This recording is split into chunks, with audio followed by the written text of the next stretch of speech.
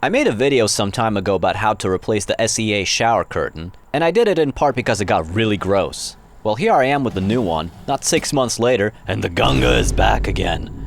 I didn't want to keep rewarding SEA for its bad design, but for the longest time I couldn't figure out how to clean it. Luckily for me, Mrs. Bootenwagen figured out a way, and after using said method for half a year, I can vouch for it. Brace yourselves. This patient needs to be injected with 100 cc's of bleach stat. That's right.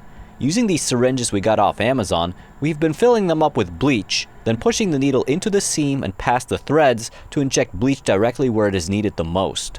This is a bit of a process as we have to apply it to every part of the seam several times, but trust me, the results will speak for themselves.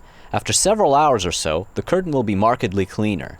You may have to reapply it a few times as the bleach will inevitably leach out, but after a while, the curtain will practically look like new. We do this process every 3 months or so, and it has been a total game changer in keeping the curtain clean.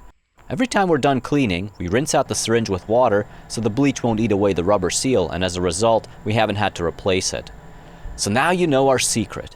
I'll leave a link below to the syringes, and as a few words of caution, don't wear any clothes that you'd worry about staining with bleach, because it's almost inevitable. Take care not to inadvertently poke a hole through the curtain, and of course, take a lot of precaution to not prick yourself with a needle. Enjoy your clean curtains, and until next time, thank you for watching.